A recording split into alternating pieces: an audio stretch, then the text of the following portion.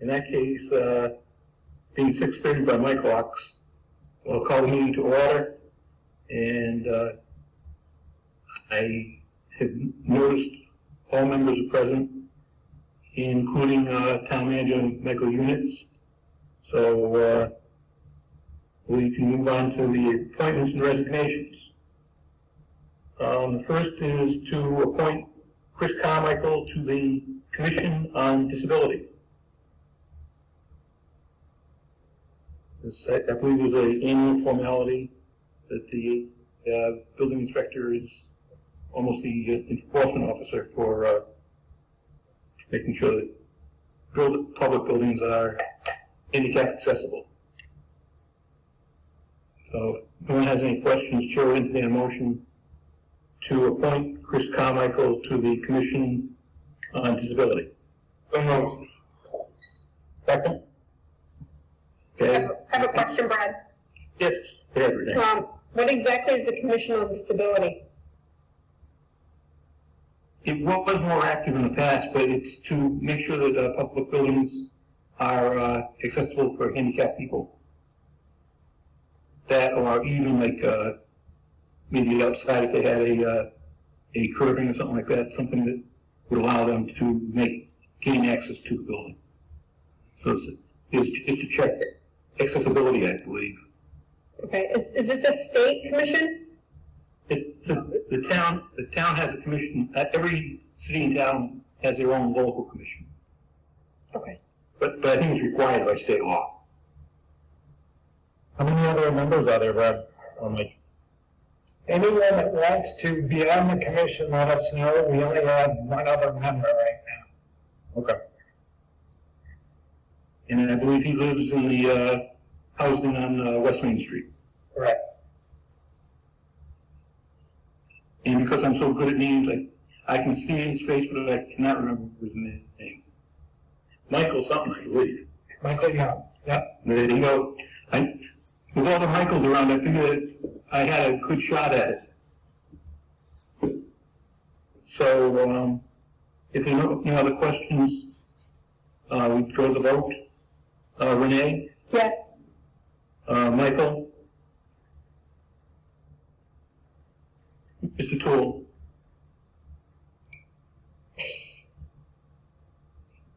So,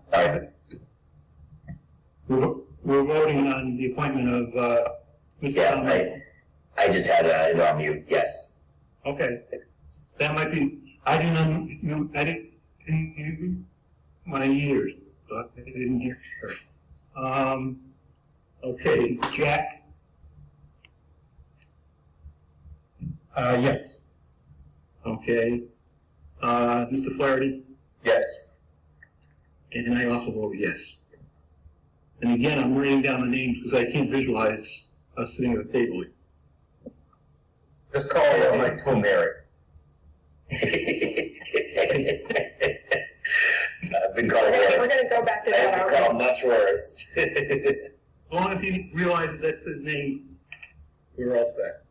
He certainly does, Mr. Chairman. Okay.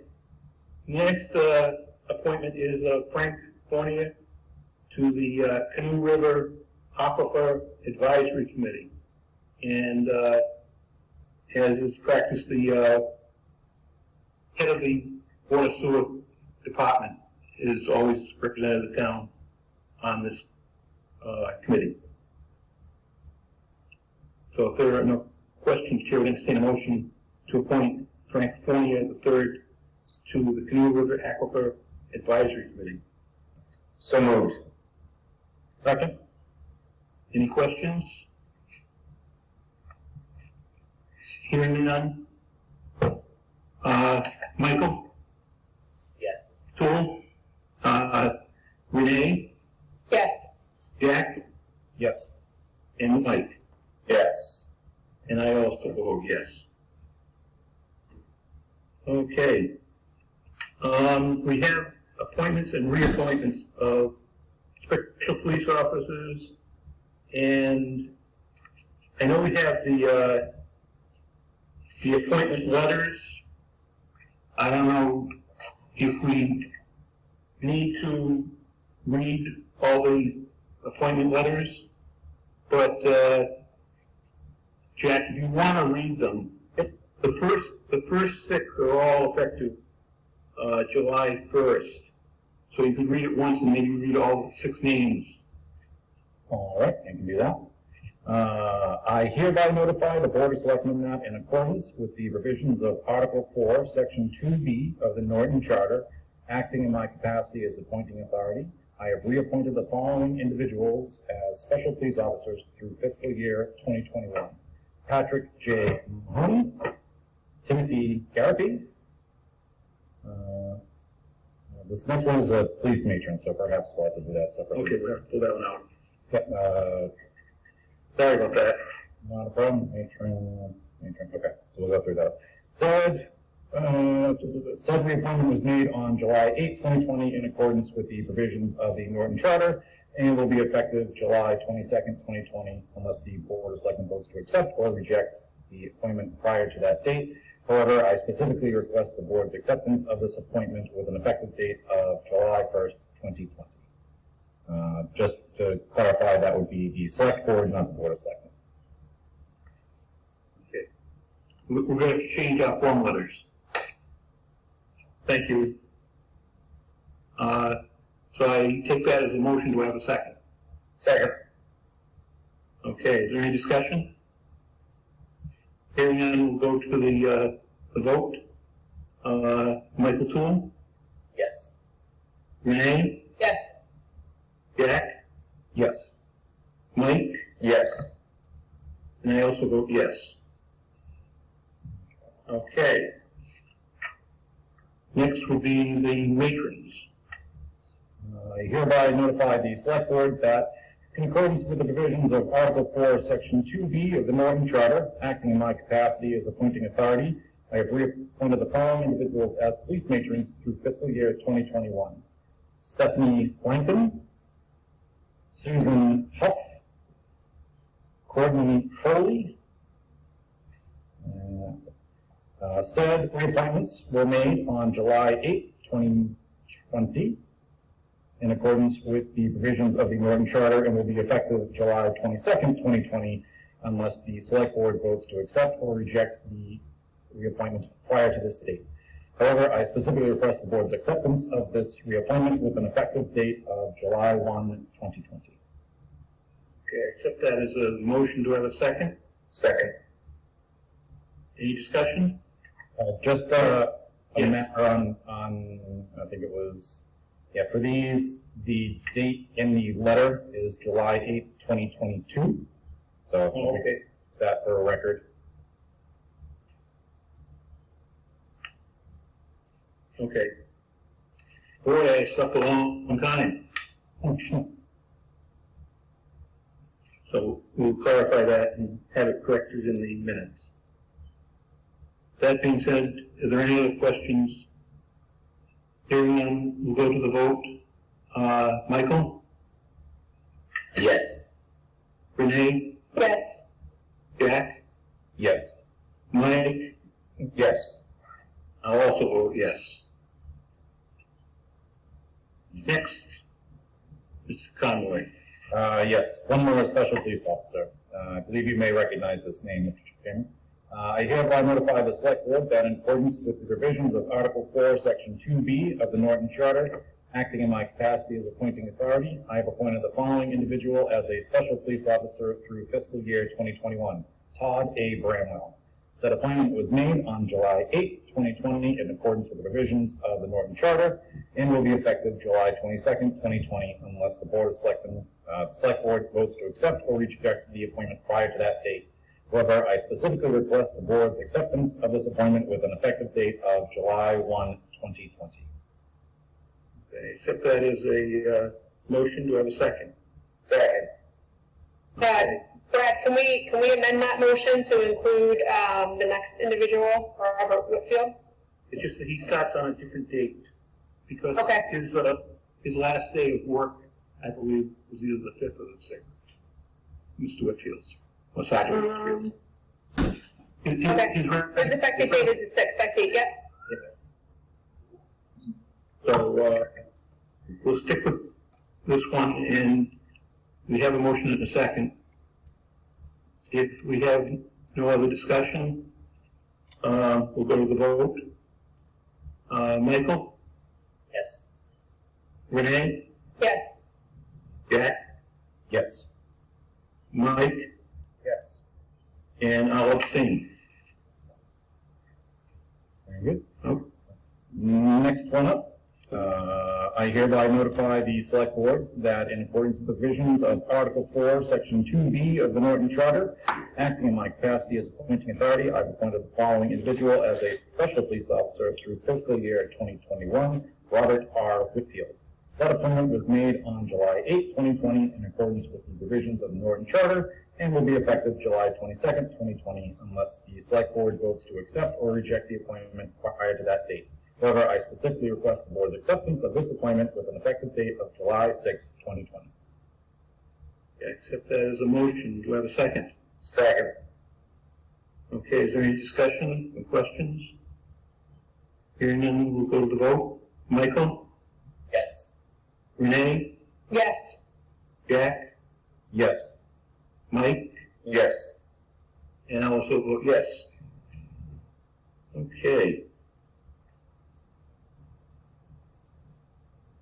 Next, we have a reappointment of John Dennehy to the Norton Gold Star Committee. Does anyone have any questions? And if not, Chair would entertain a motion to reappoint John Dennehy to the Norton Gold Star Committee. So moved. Do I have a second? Second. Okay. If there's no discussion, we'll go to the vote. Michael? Yes. Renee? Yes. Jack? Yes. Mike? Yes. And I also vote yes. Okay. And now we'll move on to licenses and permits. The first one is to vote to approve a one-day all-alcohol liquor license to Stephen Donahue for a private event at the Everett Park from 12 p.m. to 6 p.m. on July 11th, 2020. He has the signatures and indicates that alcohol will be dispensed, no sales, and it's just a private party with no police officers required. Anyone have any questions? If not, the chair will entertain a motion to approve the one-day all-alcohol liquor license. So moved. Second for discussion. Certainly. I see that the number of people is 40. Correct. Has the state loosened the gathering limits yet? I know we were working with, Sharon was working with the event organizers to make sure that whatever was planned was going to be compliant with the state mandate. I don't know if it's gone up above 10. I don't know if anyone's on that can answer that. Yeah, I can't answer it. The only thing I can think of is where this is outside, it might be a different category than an indoor event. But Mr. Eunice, can you answer that question? I'm looking it up. You know what, Jack, we were just talking about this last night at our meeting too, and I think they bumped it up, but I'm going to try to look too. Michael, do you remember by chance? Yeah, I know we were it was looking- like 20. I thought it was, I don't want to say a number. I said a number, but Yeah, I remember we were looking specifically at restaurants, but I thought that the outdoor portion was addressed. we talked about the outdoor portion and outdoor events. Yeah. Yeah. I'm going to see if I can find the link. I think we added language to the approval last time that it was contingent on meeting the requirements of the state, so maybe that's just a nice coverall to put on there. In social distancing? I Yeah. think part of this with the one-day liquor licenses is, for the most part, they're all family, usually, or family and friends, and Yep. they get together anyways, but The only concern I have on that is it's great to put that wording on there, but who's going to actually make sure that if it is family or if it's going to limit to 40? That's the only concerns I have. Well, I don't know that the requirements specifically say family or not. The requirement's based on numbers, so I think, I think we do an amendment like we did before, that this is approved based on compliance to whatever the local guidance is. And I know Sharon, was taking that upon herself to inform the applicants. I don't know if she's on to speak to that. But this one's a little different, right? Because this one is just in a couple of days. Right. I'd like to find that information if we could. No, you're looking. Is Sharon on? I didn't see her. see her, but.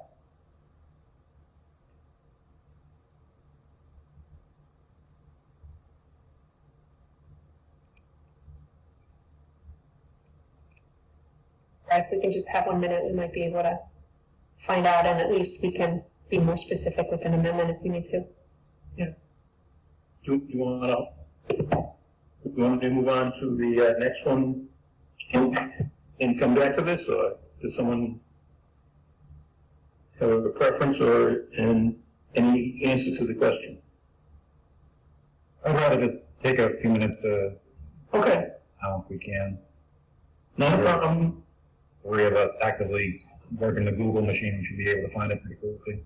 If the community member may participate, I do have the answer. Oh, certainly. Outdoor gatherings like weddings are limited to 25% of a facility's permitted capacity with a maximum of 100 people. Okay, thank you very much.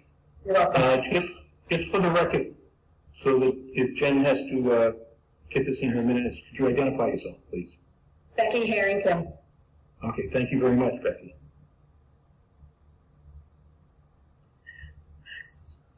So do we know what the max occupancy of Everett Leonard Park is? I don't think that applies, Jeff, because that's occupancy indoors. Gotcha. So I think if it's saying, if that is in respect to outdoor, then 100 seems to be the limit, and they should be, should be fine, but I just got to the mass site too. And it's for not permitted occupancy limitations. It's 8 persons per 1,000 square feet of accessible space and no more than 100 persons. Yep. And then the next line is outdoor gatherings in unenclosed spaces are not subject to capacity limitations. So I think we're good. Sounds it. Put that link in the chat. Okay. I'd So like to make a everybody motion. comfortable with it? I don't want to move on to the vote unless everybody's comfortable. I'm fine with that. I think we still put the amendment in that as long as it complies to current state guidelines. I don't anticipate anything's going to change in 2 days, but let's just be consistent with that. That sounds fine with me. So as long as that is all right with the, whoever made the amendment would have to okay the I don't think we've made the amendment yet, right? we had the motion and it was seconded for discussion, I believe.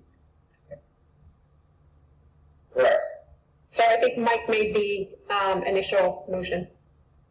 Is that correct, Mike? I That believe is so. correct. So I think Jack seconded it. So as long as Mike is all right with the added wording. Yeah, I'm good with that. Okay, super, thank you. In that case, we'll go to the vote. Michael? Yes. Renee? Yes. Jack? Yes. Mike? Yep. And I also vote yes. Thank you. Okay. Next, we have a request to review and a vote to approve amendments to common victor licenses and alcohol licenses. I believe we have one from Bar Iron Ale, liquor license. Just, I'm reading as we go.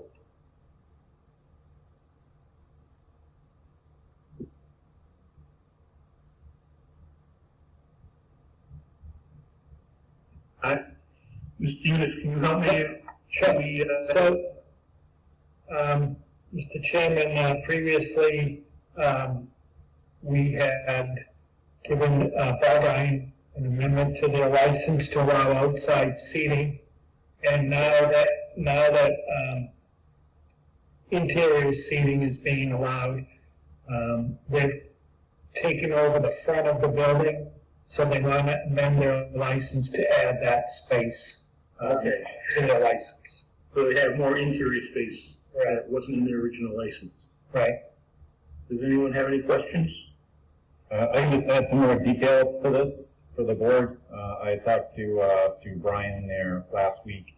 So they are not looking to increase their occupancy at all. They are just looking for flexibility with weather as this stretches on. If it rains, they can move people just inside the beer garden, but the intent is if it's nice, they can still keep to the 49 people outside. This gives them options, and if this restriction is still in place in the fall and the winter, they don't have to come back again for that. What's their capacity inside if they're 49 outside? Their total capacity is 49, and that's based on the septic. So whether they're inside or outside, they can't go over 49. Do they have a special license other than a taproom license, or is it just a normal restaurant serving license? They have a brewery license. Okay. Does this request change or violate anything that of a major structure or anything like No, all it does, from my understanding, it's going to include an area inside that wasn't originally in their license. Okay. They can go into more of the front, like the front room. Yes. Okay? Any other questions? If not, I don't think I've got a motion to approve this. So I'll chair entertain a motion. So moved. And a second? I second. Okay. If there's no further questions, we will go to vote. Michael? Yes. Renee? Yes. Jack? Yes. Mike? Yes. And I also vote yes. Okay. Next, under licenses and permits, review and/or vote to approve the application for the transfer of the common victor license to Craig Summers for AJ's Stone Oven Pizzeria. I believe you have the application in your packets. Does anyone have any questions?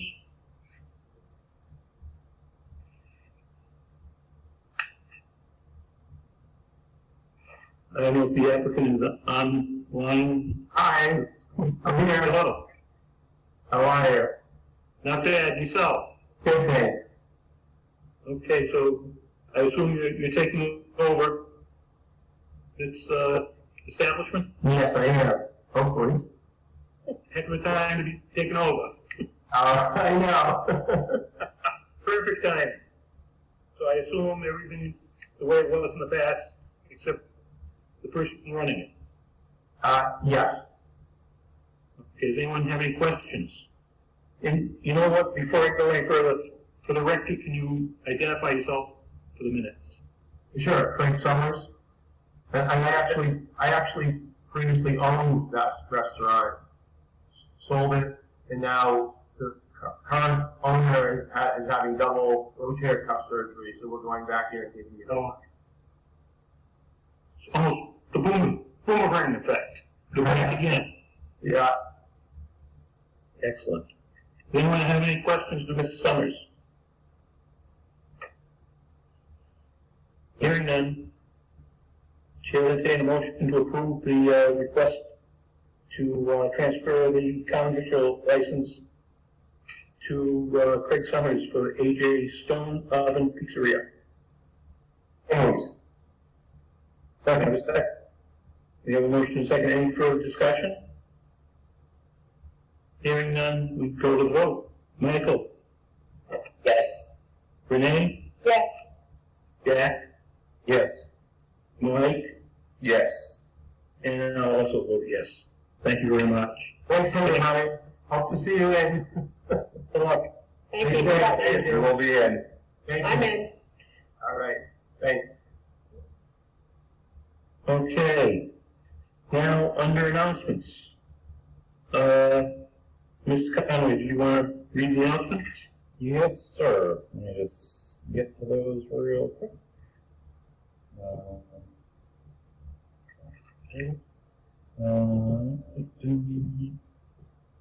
Sorry, guys. I'm just trying to get to the right file here.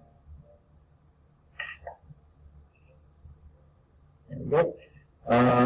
So this makes me very happy to be able to share. But our own Norton Veterans Agent, Estelle Flett, was the recipient of the Commonwealth Heroine Award.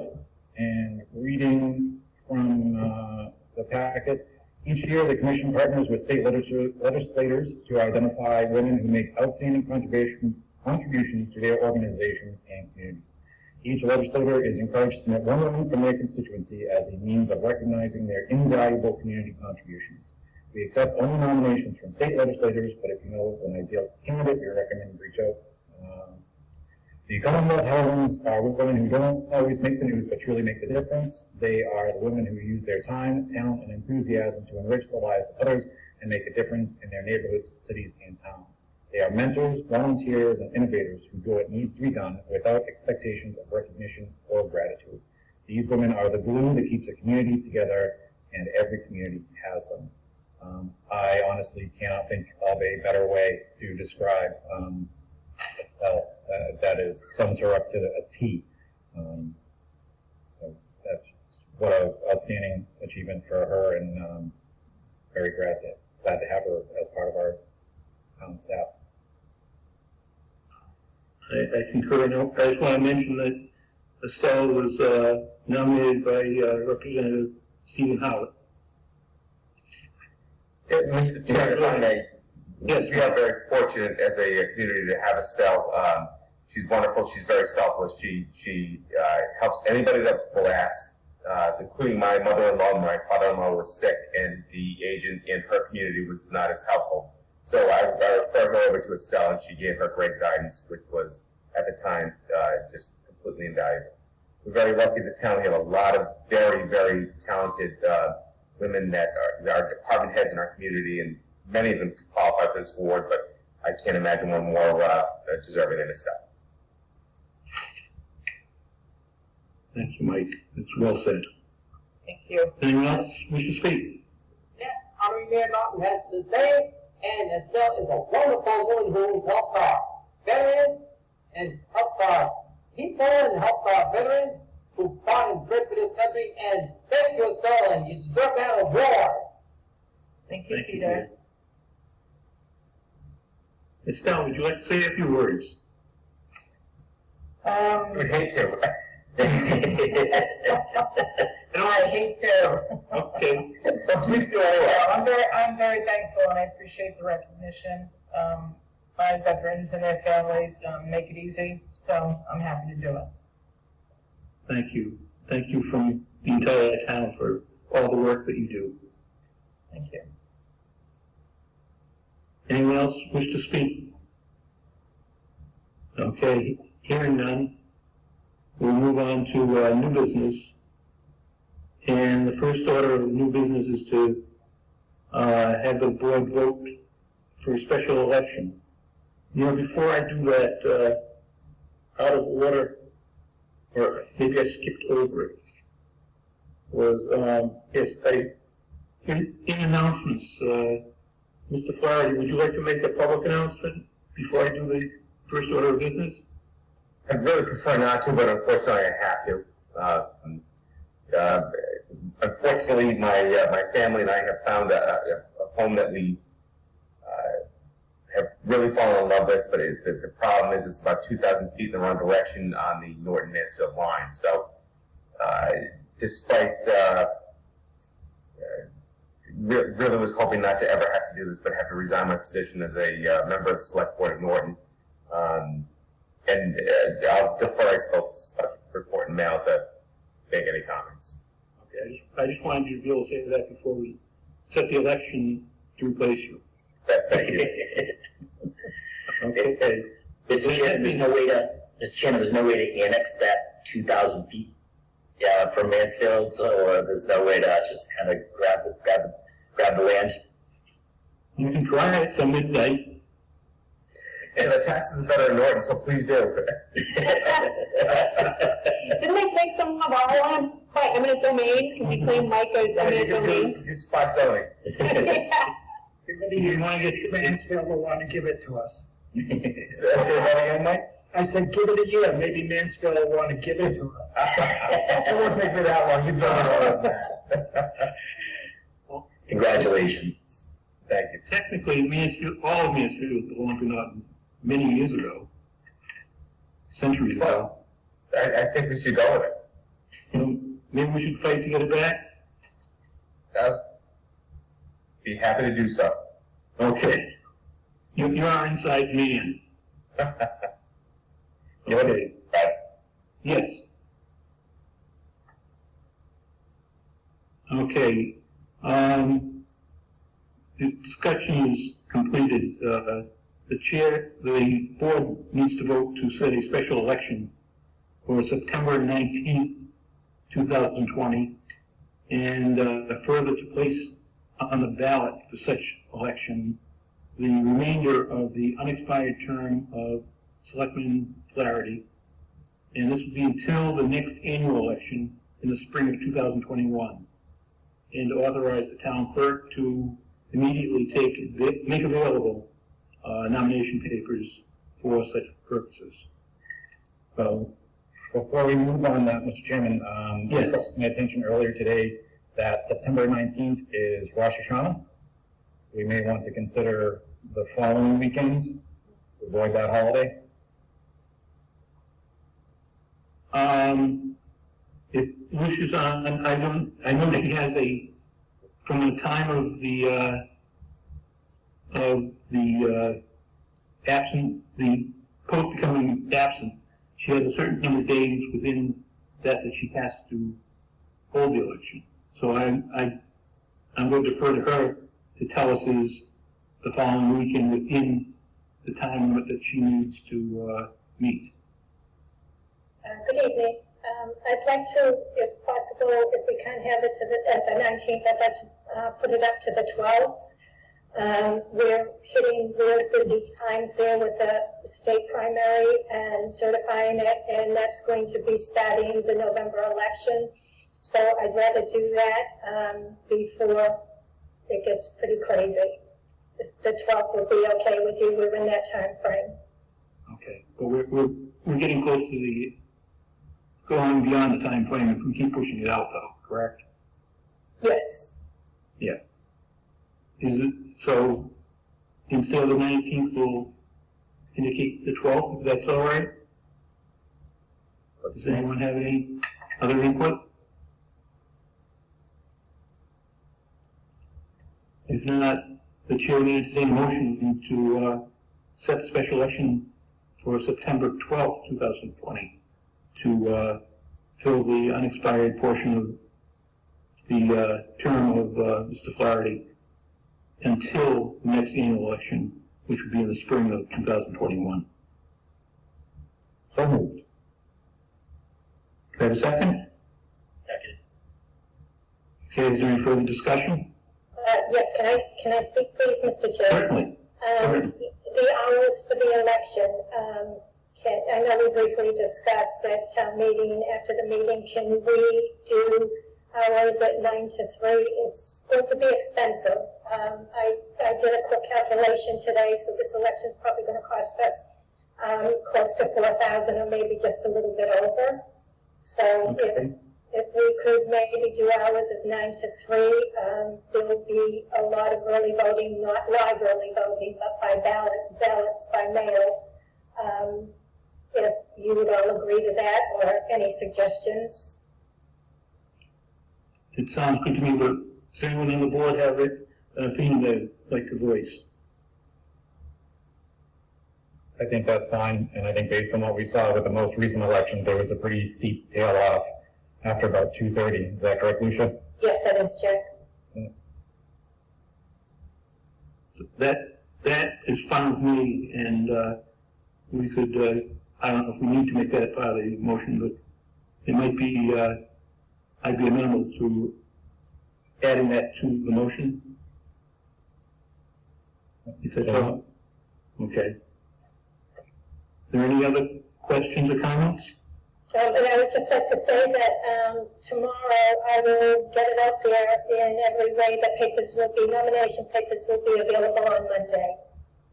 And Okay. I have the schedule ready for the 19th, but I'll just readjust it for the 12th on deadlines, which I will give out to any candidates who take out papers, so there are no deadlines. So, but tomorrow I will put it, nomination papers will be available on Monday.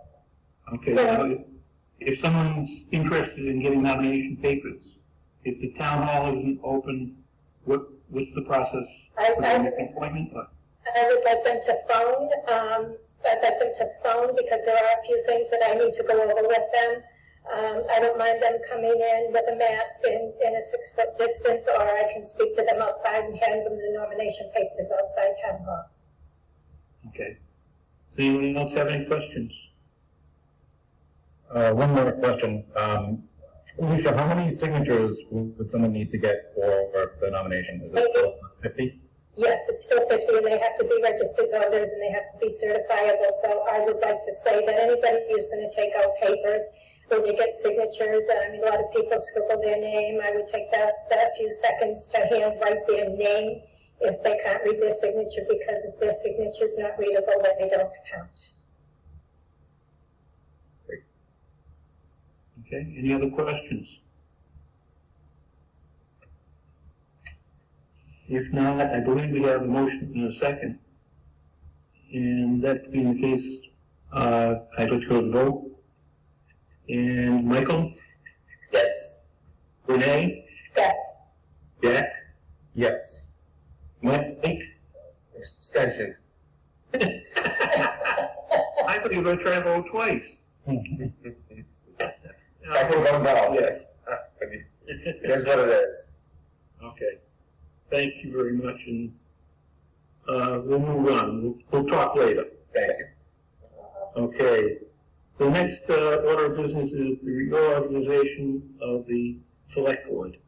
For this, I'll turn the meeting over to Mr. Units. Thank you, Mr. Chairman. So I'd like to see if there's any nomination for chairman of the Board of Selectmen. I'd like to nominate, Please, Renee. I'd like to nominate Jack Conway for chairman. Second. I have a nomination and a second. Are there any other nominations? Is there I move to close nominations. a second? Second. All those in favor of closing nominations? Michael? Go ahead, Brian. Go ahead, Brian. Michael? Yes. Michael? Renee? Yes. Jack? Yes. Mike? Yes. Now I vote yes. Okay. That's unanimous. Congratulations, Jack. That's just to close the nomination. Oh, I'm sorry. One more. I'm not eager to pass the, well, actually, we only need one vote if there's only one candidate. So, I can cast the one vote for Jack as chairman. Or if you prefer, we can take a roll call vote. Let's do a roll call. So Let's take a roll call.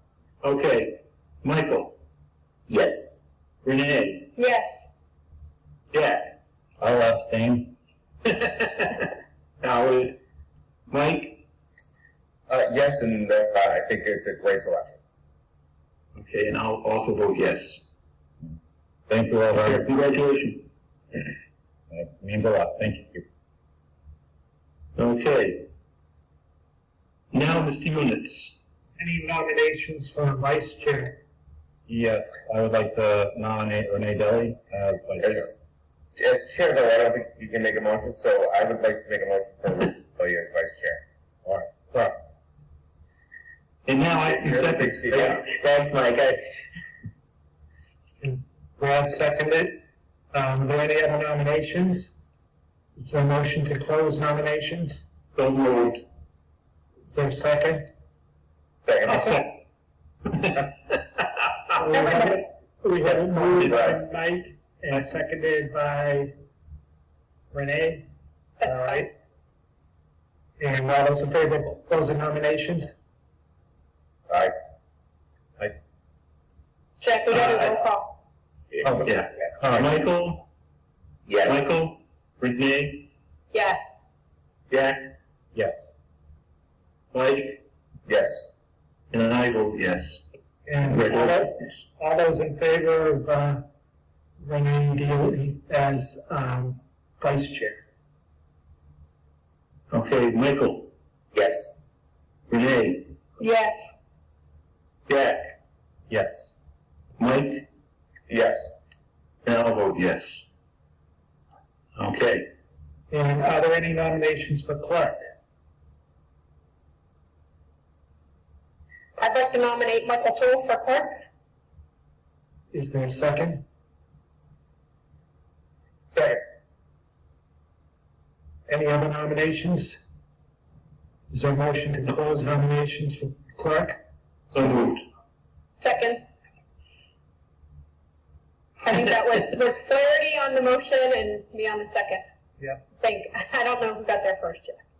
I don't know. All right, so am I officially chair now? I'll step in. I guess we'll do a roll call. Michael, Yes. Renee, Yes. Mr. Flaherty, Yes. Mr. Bramall. Yes. I too vote yes. So now that the nominations are closed, we go to the vote for Mr. Toole for clerk. Mr. Toole, Yes. Renee, Yes. Mike, Yes. Brad, Yes. I too vote yes. Congratulations, Mike. Thank you. You got a memorandum, Yeah, I've got to pick. pretty quick. Hope to get up to speed by next meeting. Let's just. Hey, Michael, we're gonna change the rules where we have to do the meeting minutes now. Thanks. I can see the rainbow shooting from Jen Reed's house right now. Mike, you're more than welcome to do them. I'm gonna leave that up to you, Jen. I'll come and tell you when I'm ready to take it on. Sounds like a plan. Okay. Now, Jack, are you going to take this or do you want me to continue for the? You want to finish up your last? I'm fine if you want to hit the ground running. It's up to you, totally. All right, let's give it a shot and see if I don't tank this into the ground on the first day. The next up on the agenda is vote to designate a member of the select board to approve all warrants, and vote to designate an alternate member of the select board to approve all warrants when the designee is unavailable to fulfill the position. Michael, for your benefit, this was started some years ago to allow typically the chair and vice chair to sign the warrants in lieu of having all members of the board sign. And then we make a presentation at the end of the meeting to go through the details and highlight any large amounts that go through there. Okay. Thank You you. know, and also it takes care of weeks that we don't have a meeting. Yes. So I would I don't know if we have to nominate, but I would indicate that Jack Conway should be designated as a member of the select board to approve all warrants. Second. We have a motion and a second. Go to the vote. Michael, Yes. Renee, Yes. Mike, Yes. Brad, Yes. I too vote yes. I Chair would entertain a motion to designate Renee Deli as alternate member of the Select Board to approve all warrants when the designee is unable to fulfill this function. So moved. Second. Motion in a second. Michael? Yes. Renee? Yes. Mike? Yes. Brad? Yes. I too vote yes. Thank you very much. Moving on, discussion of potential special town meeting. Mr. Eunice? I know that when we took off all the zoning matters, there was a question if we might want to schedule a meeting before October to handle those zoning matters, so. Just bring that Yeah, up. I can talk more to that. As you guys know, a couple of those articles were put forth by the Economic Development Commission. So there are two concerns. One is that with, right now we have a pretty good understanding of the trends in the state with COVID-19. Massachusetts is one of very few states in the nation that are doing well. But the concern obviously is over the next couple months and going into the fall that we have a second wave here locally. So from the perspective, and I don't know if Paul's on, I didn't see him on, but he and I have had conversations even with the Village Core articles. These are both economic development opportunities, and given that we know that we're going to have an impact from a recession and from the reduced revenue that we're going to see, or that we've already seen over the past few months, the question has been about, can we get these articles on, have the discussion in a town meeting format and have them voted, so if they are approved that we can move forward with, some additional development within the town. So that's really the premise there. Part of it too, the EDC met last night and our discussion surrounded some of the facts from the town meeting that we had a couple weeks ago, right? It was, in my eyes, it was successful. I think it was actually nice having an outside meeting. I thought, some of our concerns with the volume, that certainly wasn't a concern at the meeting. I know there was feedback from people who were speaking into a microphone. Obviously, the one thing I think, especially that the board realized very quickly sitting on the bleachers, is that it is hot in that sun when you're sitting on metal. But we also saw that, folks in the audience were getting hot too. So, that I think we need to consider if we're looking to do this, not only cost, right, because cost is a factor in it, but also, do we do it earlier?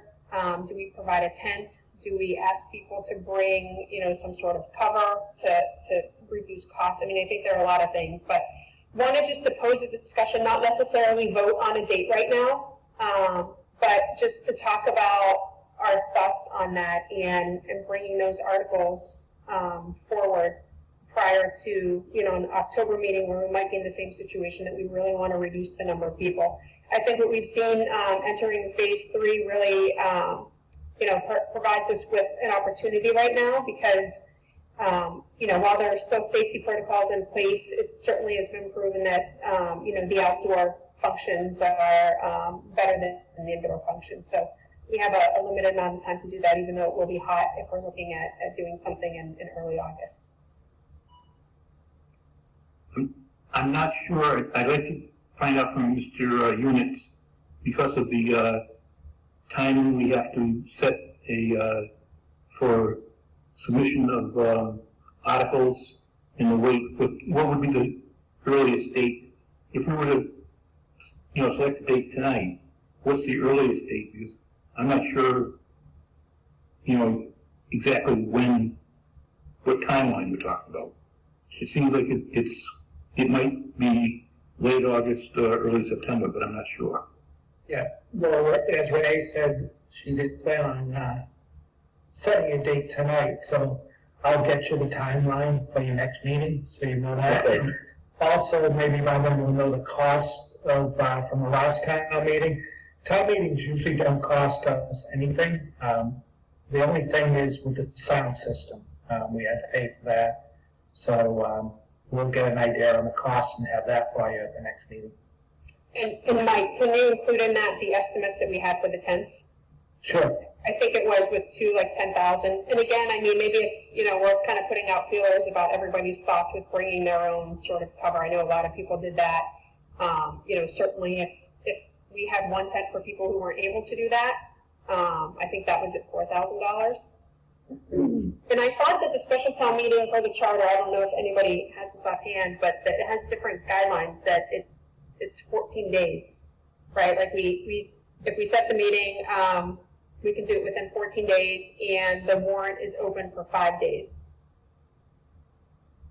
So it has very different timelines, and I think that that's beneficial, that if we see something changing in the next couple of weeks with COVID-19, right, it allows us an opportunity to not move forward, but at the same time, not push it out 6 or 7 weeks where, certainly the rate of infection can change very quickly here locally.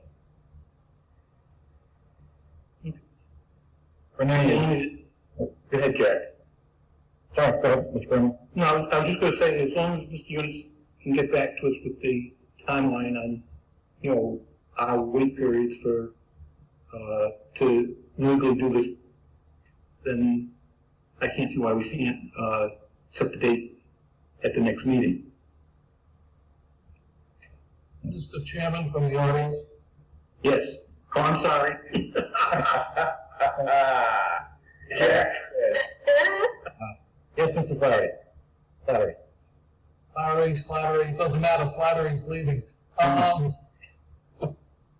The problem I have is I hope we don't start having 5 or 6 special town meetings for specific things. Just because we have the zoning changes, we also have some other important articles that were deleted from the last town meeting. I would hope the next special town meeting was to take up all those articles and get it done with, so we're not holding 5 or 6 mini meetings to get our town government running. I'm done. Thank you, Jim. And I think that was the intent of the board originally when we started stripping down the warrant, was to put those articles at a time when it was, quote unquote, safer to have a prolonged discussion. So the board can certainly consider adding those back on to the special warrant. So thank you for bringing that up. So on the timeline, Jack, Yes, sir. it's 14 days, at least 14 days ahead of a special town meeting. That's the notice. And then the warrant with recommendations needs to be posted at least 7 days prior to.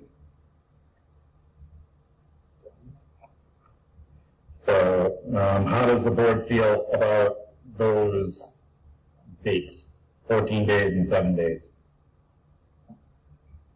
So in respect to the zoning articles, they went through all the channels, right? I think even FinCom, even though they voted to refer to committee, I think they voted, Mike, remind me, I think they voted for half in favor. I think the only one that didn't were maybe the last 2, the village core. So it's, so I think the point is I think that the discussions have happened on those specifically, and we're prepared to do it.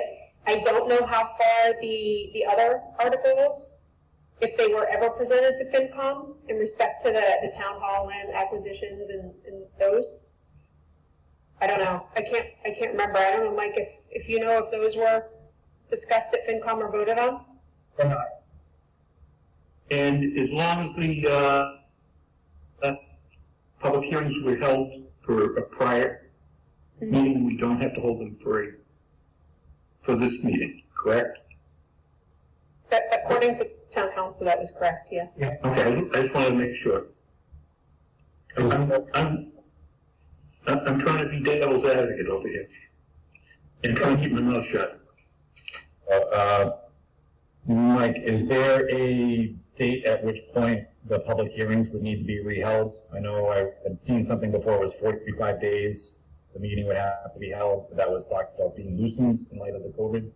I think correct me if I'm wrong, but I think Lauren said 65 days after the public hearing. If we don't have a town meeting, they'd have to have a public hearing again on the articles. Renee, do you recall when you held your public hearing? So we can.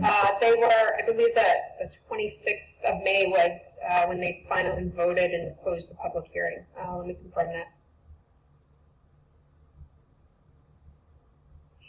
But again, I think that there was something different because it was referred back to committee. So it was, Jack, May 26th. Let me see what 65 days is for May 26th. Just in case. Early August, if I'm doing my rough math. I was under the impression, because it was sent back to committee, the public hearings were had, they wouldn't have to be done, but I could be wrong about that. Renee, does that ring a bell to you? Yeah, that's what I thought Lauren said, but I mean... That's what I'm almost positive that's what Lauren said. Yeah, we need to just confirm that. So it is 65 days from May 26th is Thursday, July 30th. I was about to say that, it was July 30th. So either Mike or Renee, can you follow up with Lauren to make sure that we're not tied to that 65 day? Because I think that would be very challenging to try to squeeze in a meeting next. Yeah. Day. So, Mr. Chairman, may I ask a question? So, what work has to be done on the other articles that were removed from the special meeting? I mean, does the zoning, I know the zoning core, have they had their special hearings, special meetings and all that? All the articles have had their public hearings. Okay. So, and then public hearings. I believe the ones related to Town Hall and Senior Center, which we will get to in an upcoming item, those have not been voted on by either the Select Board or the FinCom. Is that correct, Mike? They have not. And to add to that, we haven't even, they provided 4 proposals to us, and we haven't even selected which one would move forth. So there is some work there. And you're talking in August sometimes where you would, the hope would be? I mean, I think early August would probably be, I'm trying to find my calendar, sorry. You know, like maybe, I don't know if if we look at something like August 8th, to make sure I'm in the right month. So. Everything would have to be the 25th, right? Mm-hmm. So that would give 4 weeks for prep if we were looking at that. If we had to hold these before the 30th, then that would push us back to the 25th, at which point we would need to vote on that by tomorrow. Right? 14 days would be the 24th.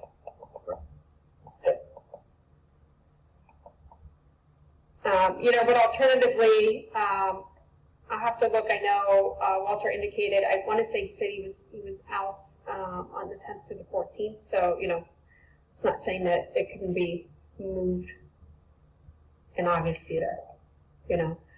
I don't know. I guess maybe it's worth, you know, Jeff, you've been certainly closer to the Town Hall Community Center. And I don't know if we have anybody on or if Donna can talk to the athletic complex as well.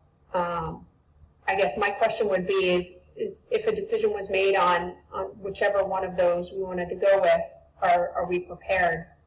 Do we have the information that we need to bring this in front of the town with dollar amounts? If the board is comfortable, we can bring that discussion on Town Hall Senior Center into this, since there seems to be some fair overlaps. I know Mr. Slattery was on, I don't know if Dinah or other at the board from the PBC are on, and see Dinah. They came before us, I believe it was in February, and presented their options for us to consider, and they had asked us to meet with them again, I believe in mid-March to make a final selection, and that is when COVID hit. So I don't believe been on the top of any of our radars since that point. We should probably refamiliarize ourselves with those options and provide an update. I know they are meeting on Monday, so getting some formal update to them would be beneficial so they can keep moving in whichever direction we seem to move. So, Diana, is that an accurate summary of where we stand?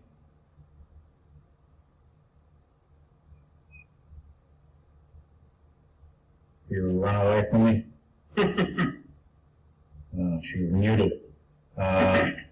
Slattery, is that about where we are? I didn't know about a Monday meeting, but, I believe that's where everything is. We placed everything in your hands back in February, hoping for a timely answer, and being not politically correct, you are using the excuse of COVID for not making a timely decision. I would beg to differ on using COVID as an excuse. That sort of took up a fair bit of this board's and other town members' time to deal with that uncertainty, especially in light of the economic situation going on. But I think we are here today to talk about that and to try to get whichever information into our hands to make that decision. Oh, Don is. Mr. Chairman, I appreciate that comment. I don't think that we use COVID by any stretch of the imagination as an excuse not to try to move this forward. I would agree. I think the board has been very supportive of the efforts of the PBC to do this. I don't believe anyone was looking for an excuse to put this on the back burner. I think we all, the tenor of the board all along has been that these projects are very much needed by the town, and it's a matter of finding the right way to get them in front of the townspeople to give them the best shot to approve it. So. I'm sorry, I had to step away. I didn't mean to miss anything. I thought I had whole business. Sorry, we shuffled some things around. New guy's in charge is getting a little crazy already. Oh. Sorry, I apologize. No apology necessary. We were just trying to reassess where we stood at this point. I recapped that you guys were in front of us at the Norton Media Center, I believe, in late February, presented the 4 or 5 options, the various sites and building configurations that could be accommodated on each. And we were to meet, I believe, 2 weeks following, and that was when the world kind of went to heck in a handbasket with COVID and in-person meetings got indefinitely delayed. So I know you had reached out looking for an update on direction, and you have a meeting on Monday, is that correct? Yes, the building committee is meeting Monday evening at 5:30 via Zoom. And we continue to look for the board's pleasure. We did present to you, as you said, back in February at the media center, and the cost estimate for the items that we had presented was delivered. And, we're waiting for the selectmen to give us some direction, and I know everybody concerned with these projects is quite anxious to know what's going on with them.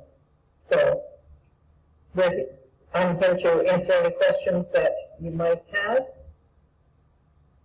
and try to move it forward. Excellent. So I believe that there are sub-questions that all play into this.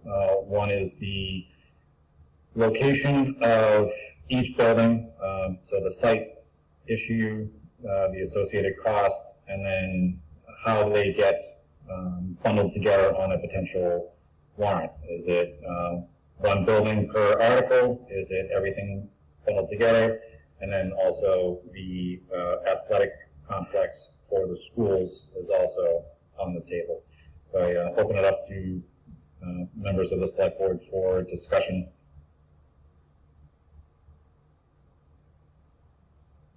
Michael, do you have the information by chance? I do not. It was on our, we talked about it last March 5th, our March 5th meeting, but I do have, Donna was kind enough to resend me something. Let me send it to you. It's just it's a summary of the sites selected and the costs. Maybe Donna, can you just, for his benefit and to refresh all of our memories, just briefly speak to each? Yes, the building committee looked at approximately 17 sites and narrowed it down to 4, which we then sent the recommendation for the site selection to the Board of Selectmen. We did rank them in order of preference, and it included cost associated with that. The first preference was to put both buildings at 70 East Main Street with the acquisition of the property between the town hall and the police station. That has a total cost of $33,140,108. The second selection was to place the town hall currently at 70 East Main Street, behind the existing town hall, and the Council on Aging at 116 to 120 Mansfield Avenue, which is up where the woodworking shop is between the two reservoirs, for a total cost of, there is property acquisition there, that total cost is $34,451,508. The third is on Reservoir Street, which is a piece of property owned by Wheaton College. The estimated cost of that total project, without an acquisitions cost, or an estimated acquisition cost included, is $28,385,878.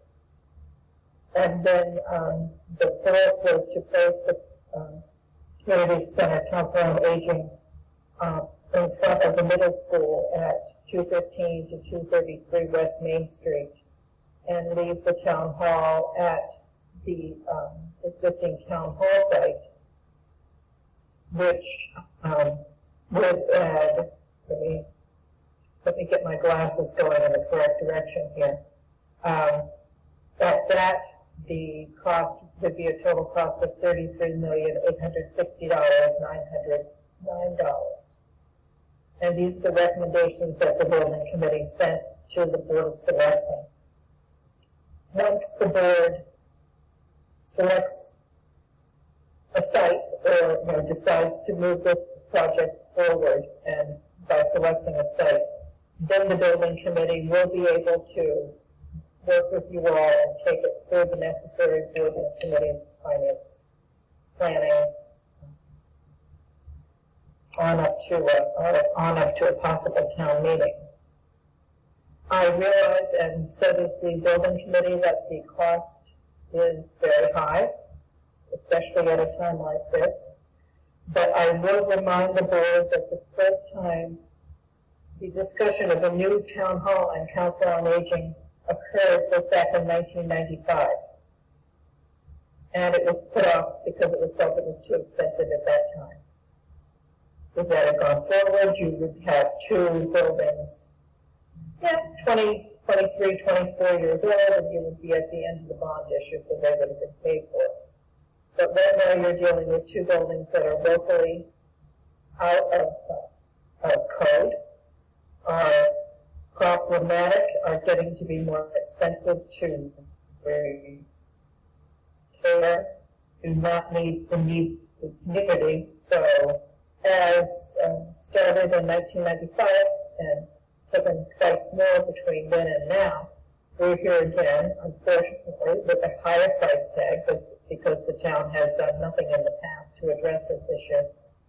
And the building committee is just waiting your decision as the town leaders as to whether or not you want to go forward with it. If you don't want to go forward with it, then that's your prerogative. And we will continue our work on the envelope studies of the existing buildings that we are doing simultaneously to this.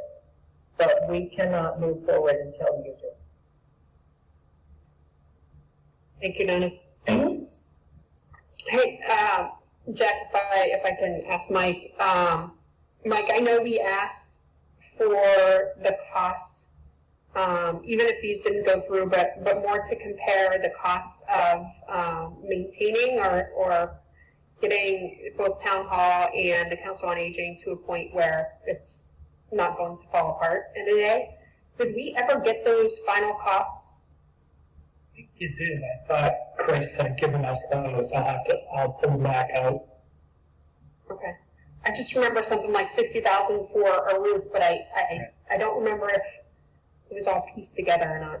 And I know last week I did get a video sent to me from the treasurer's office with a barrel filling up with water from a leak in the ceiling in her office. And as the ceiling leaks, of course, that seeps into the electrical wiring in the building. You know, things tend to roll downhill from there. I don't believe I have the cost for repairing the town hall. I haven't gotten that from this either. But I do believe you need to address, especially also the Council on Aging, which is an 1850s fire station that has been repurposed several times. And the town hall gymnasium portion is over 100 years old. So when you're looking at redoing those buildings and bringing them up to modern standards, you're really throwing good money after bad, to be honest with you. I'm totally not disagreeing, Donna. Mm-hmm. You know, but I'll be the devil's advocate here. I mean, we went from, you know, under a 3% unemployment rate in Norton to 16% in a matter of months. You know, I'm just being realistic in the likelihood that this is going to pass. I don't think, and correct me if I'm wrong, that if this fails at the next town meeting, that we couldn't bring it up at the town meting following. Yeah, that's only the zoning articles. Okay. It's the zoning, you can keep bringing it back and back and back. So I realize it's not a good time. That's why I'm very grateful that the select board has a responsibility for making the decision. And Very well said. And to reiterate on Dinah's point, for each year that this gets delayed, that's more cost that gets added on. The construction market continues to escalate pretty briskly. Last year, I believe this was 27 or 28 million all in. Now we're up around 33. If we punt for another year, that's then going to be 35, 36. And you know, just not saying that requires us to act now, but the town's predilection for deferring things and then balking at the higher price tag has not gone away. So sooner or later, we will need to bite the bullet. Mike, has there been any changes in loans with interest rates because of COVID-19 that we would have opportunities to apply for and you know, potentially defer costs for several years? Well, obviously, interest rates are very low right now. And one of the things they're looking at to help the economy in the future is public works projects. So, because investors will be looking to buy the notes on public projects. And the other thing to remember, if you did move forward with a project, it's not going to hit fully for quite a while, because by the time, say you did it in October and town meeting approved the projects, then the next step would be to do an RFQ for an owner's project manager. And then the next step, once you hire an owner's project manager, another RFQ would have to go out for architects. So by the time, and then the architect has to design the buildings, and those plans have to all be approved by the building committee. And then you'd have to go out again for bids for construction. So if this was approved in October, chances are you're not starting construction until the spring of 2022. And you're not going to be this isn't going to be hitting the tax rolls for a while after that because, you're only going to be doing temporary notes until the final figure is in, and then you'd be out doing the full borrowing. So you have to think about, do I want to take advantage of lower prices now, lower costs now, lower interest rates, and it's not going to hit the tax rolls for 2 years at least. At least until 2023. Yeah. And the economy is bouncing back. People, it's going to be slow, but you can't. I would encourage you not to look at it as something that's going to happen in September. Mm-hmm. This is something that you're voting for that is actually going to take place in 2022 to begin the construction cycle and the tax rolls in 2023. So we're asking you to do long-range planning for your municipal buildings at this point. So Donna, I think the board is well aware of that. The question is it's the town that's going to be voting on it, right? So I think that information, that timeline being laid out to understand when the impact of the costs would actually occur to people needs to be visible, right? I agree with you, Renee, and we can't do that until you all make a decision. Once you make a decision, then we can go out and do the PR, the legwork, the community meetings, the public meetings. But right now, we cannot do anything until you all make a decision. And I do. I mean to be pushy. This is where we are. We're in limbo. We can't send anything out. We couldn't find the rationale that you guys have made for each one of these. Where would I find that rationale for each? That would be in the building committee meeting minutes. Okay. And that would have been back at our January meeting. Okay, January. Mm-hmm. And Diana, can you do me a favor and remind me, are all 4 sites accessible to the town storage?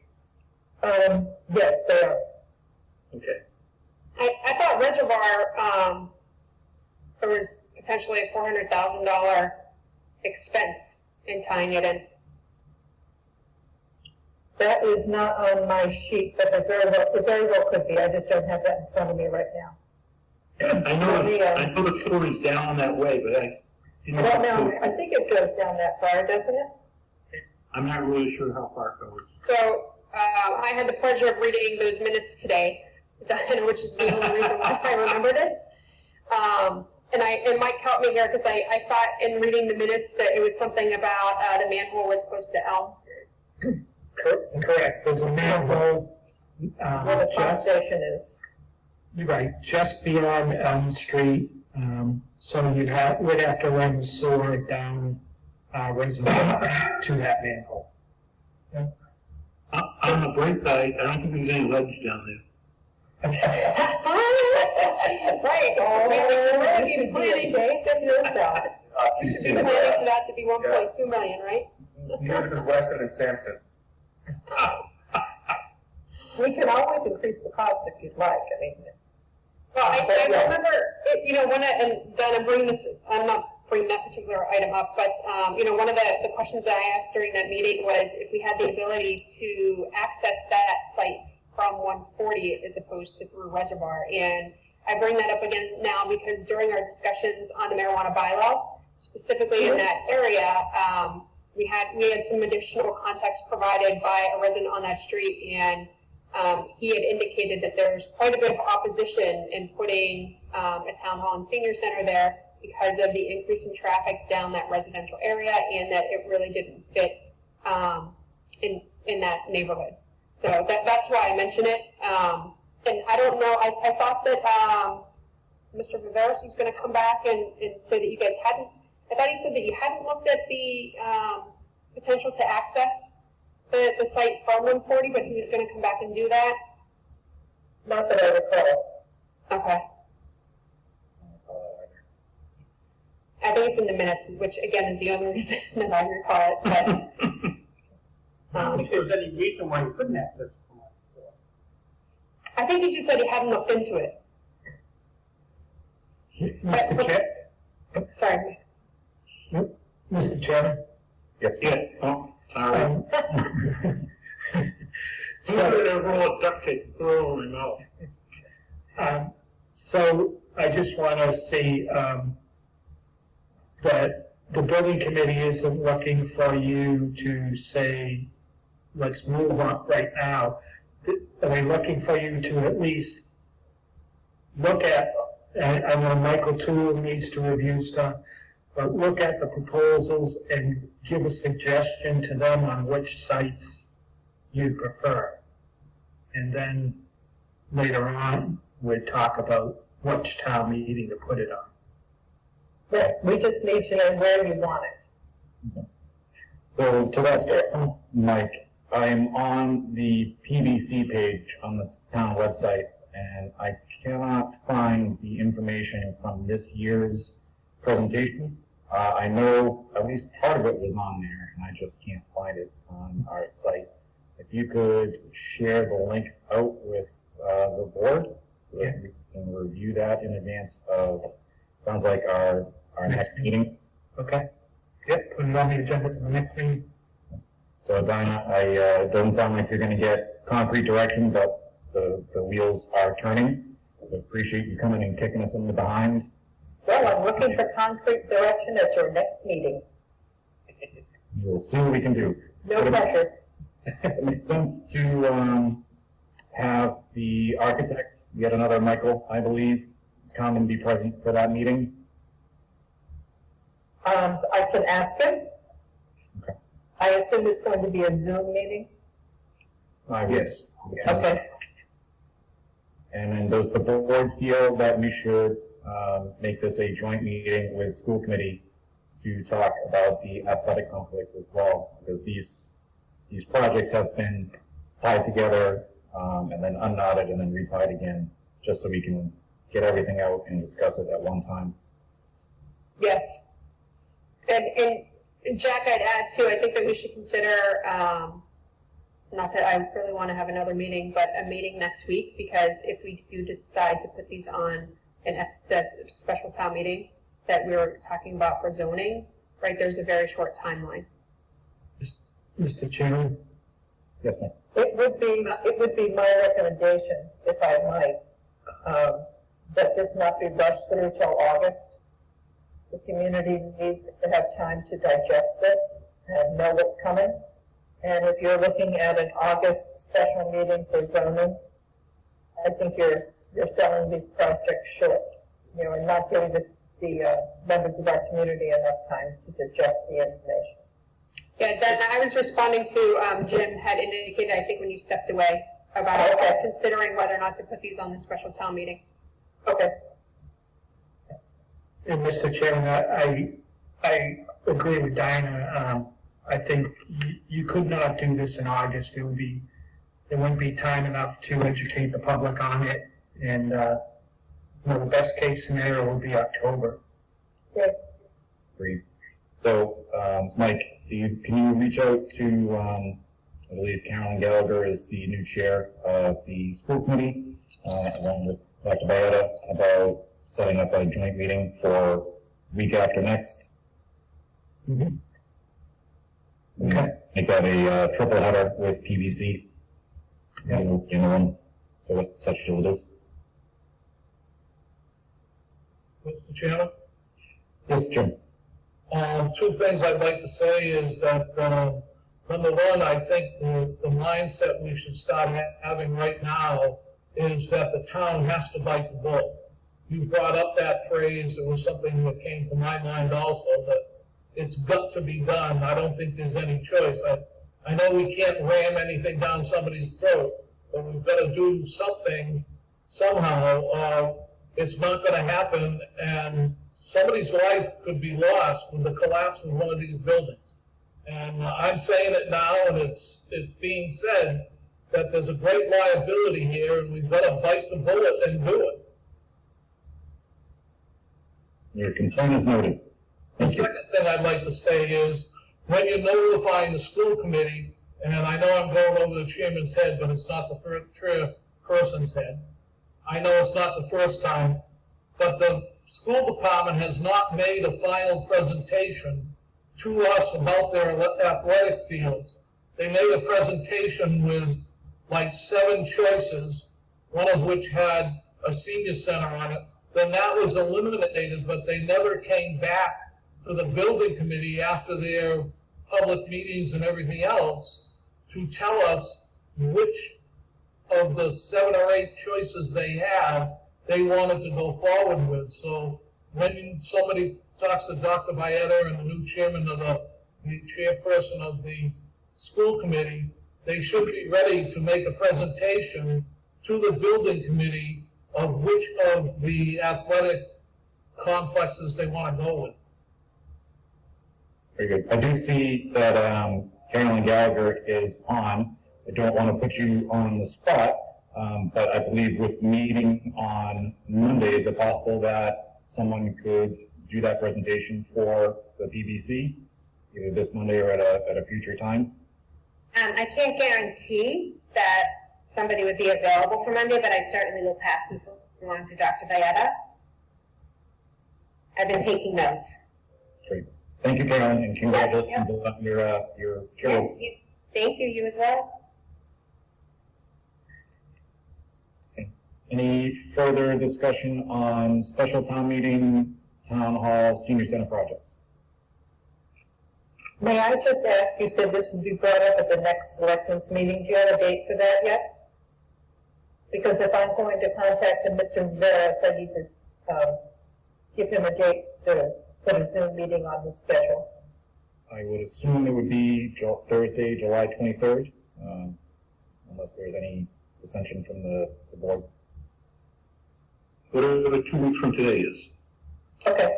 I will contact Mr. Viveras and ask him if he'd care to join us. Thank you. So, thank you, Donna. Thank you, Jim. All right. Seeing no further discussion on this topic, we will move forward to item 5, marijuana retail establishment RFI update. Assuming that, you, Renee. I'm Jack. It's not me. Just to note that Mike and I met with Paul earlier this week, and the RFI process was put in effect today. Charlene got it up on the website, so I'll be sending an email to those applicants or interested applicants that we've had discussions with through the IDC over the past year and a half, just to let them know. And then we are going to look at additional ways to market this. So, definitely from the EDC Facebook page. Paul's also going to put something out off of the planning Facebook page and the website, the town website. Michael Toll is actually working on some updates to the planning and economic development website so that it's more clear what the project is, and then the folks who are providing RFIs back to us. So that'll be open for 45 days. I want to say, Mike, correct me if I'm wrong, but I think it's Monday, September 23rd? That it's open till? No, I can't remember. Let me look real quick. It's on. It's in my memory, but not in my memory.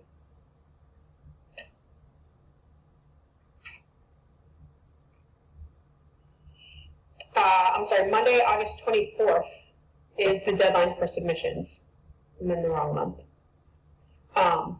So certainly if any of you know of any folks in the marijuana retail industry who may be interested in partnering in Norton and are willing to go through the RFI process, please send them to the website, on the town website. It's under the bids, and I believe it says bids and RFQ menu on the main page.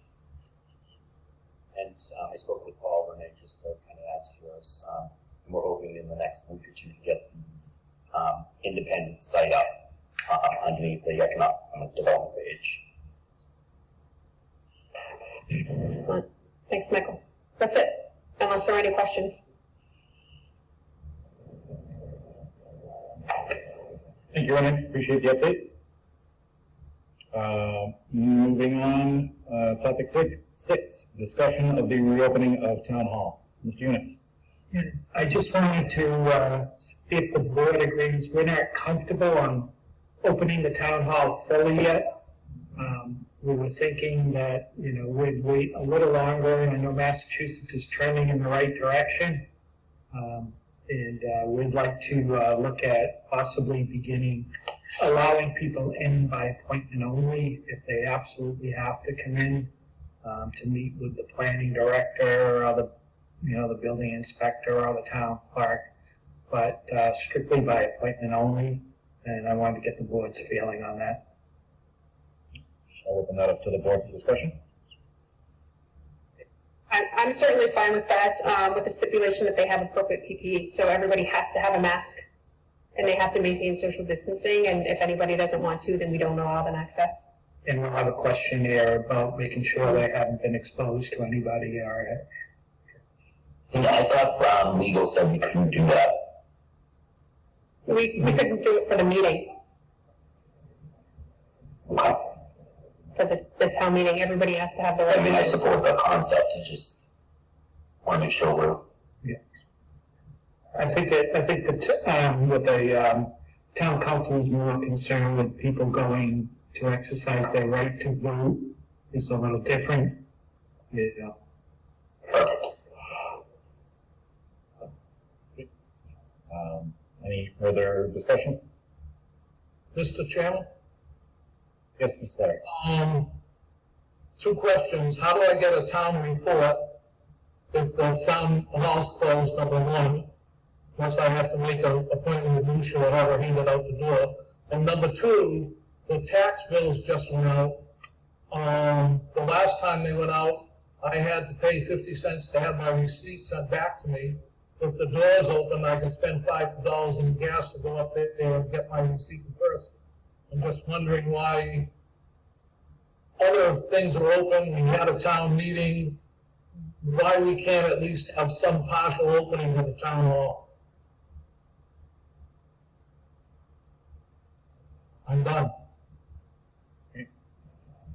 Mike, how can Mr. Slattery get the town report and a receipt for his tax bill? All he has to do is call and make an appointment or ring the doorbell out front and just tell someone he wants a town report. They can hand it out to him. We still encourage people to pay their taxes online. If you do pay online, I think you do get a receipt. I know I do when I pay mine. I'm still living in the 1980s, I have a flip phone. You can, in the chat session, Laura Parker was kind enough to put the PDF copy if you want to have an electronic preview of it. It's available there as well. I imagine that that's probably on our town website, Mike. Yep, it is. So, hey, Mike, as we've been talking, the other thing to consider with having people come by appointment only is then I think there has to be some coordination on the number of people who are in the building, because the more people that we have, the more difficult it's going to be to social distance appropriately. Have you guys thought about that? We have, yeah. So we would regulate that and how many are on each floor at any particular time. Perfect. And then sanitizing on their way in, as is done in many other businesses? Correct. Yep. We'll have the hand sanitizer available.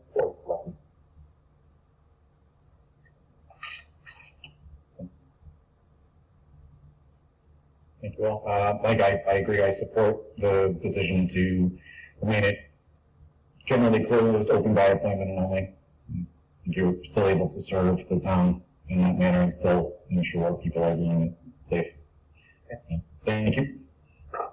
Is that something we need to vote on? Because I think we voted March 16th to, did we vote to close town hall? Or was it already closed? It may have already been closed. But March 16th is when we close. Okay. Mike, yep, we need to vote. Chair would entertain a motion to keep town hall operations suspended virtually, with closed and open by appointment only. So moved. Second. There's a motion, 2 seconds, so I think we're covered doubly. Thank you. We'll go to a vote. Michael? Could I modify, could I add something to that, Chair? Chair would entertain a friendly amendment, absolutely. That we just would review it in 60 days or whatever it is, just to put a time frame on it that it says that we're going to review it at a certain time. Saying we would continue to do the same action, but just to actually bring it up to a point that we are going to review it at some point. Sure. How do we feel about 60 days versus 30 versus making a planning item each meeting evaluate? 60 days to me sounds fine. And I mean, if things change sooner, there's nothing that says we can't bring it up sooner. It's just we have to bring it up within 60 days. That's what I want to be able to do, is just force something that we have to do. Jack, I don't know if you said either in your initial statement, right, that we would open it up to the public by appointment only with the appropriate PPE and guidelines in respect to the number of people inside is deemed appropriate by Mike and team? I did not, but I accept that amendment as well. And if I could, we're not going to do this on Monday because we want to make sure we have everything in place, so it may take a week before we do it. Very good. Anyone else want to make an amendment? Very good. All right, we have a motion and 2 motions, 2 seconds, and a couple of amendments. We'll go to the vote. Michael? Yes. Renee? Yes. Mike? Yes. Brad? Yes. And I too vote yes. Thank you all. Old business. Discussion on reopening the water machine and SOP for usage. I believe this is Mr. Units and Michael. Yeah, so I wanted to, we've had some feedback, and I had a discussion this week with Luke Grant, and he is open to, well, obviously we know that that's the water machine is the responsibility of the Water Commission, Water and Sewer Commission. He is open to looking at operating procedures to make it possibly open.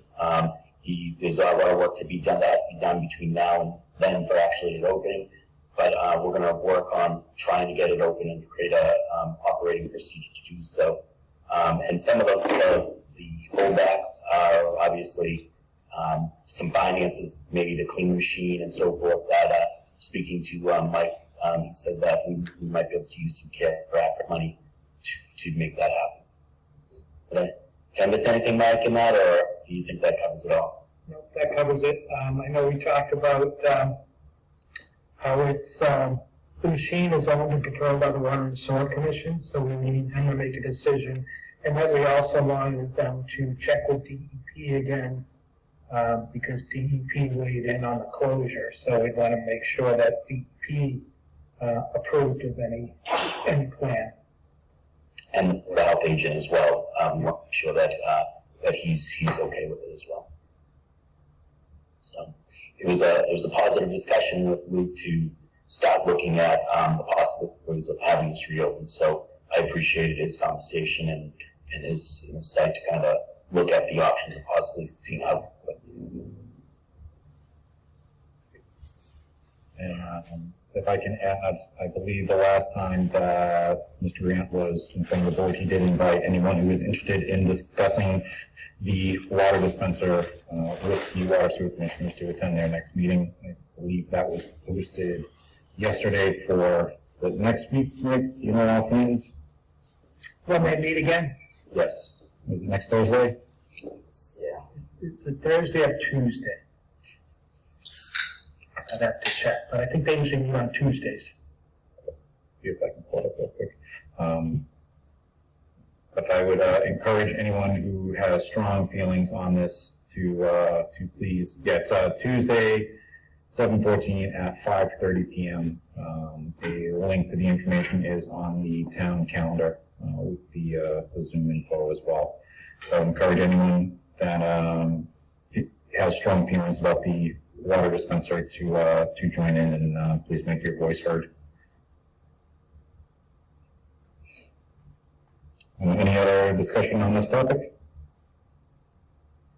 Seeing none, thank you, Michael, for coordinating with Luke and trying to get this moving forward. You know, it's a topic you're passionate about, so thank you. Yeah, thank you. We have already discussed the Town Hall Senior Center projects, so we'll move on to Town Manager's report. We've posted the notice on the town website about the opening in the position for the Water and Sewer Commission, and we have received 2 applicants so far. I just wanted to get feedback from the board on timeline.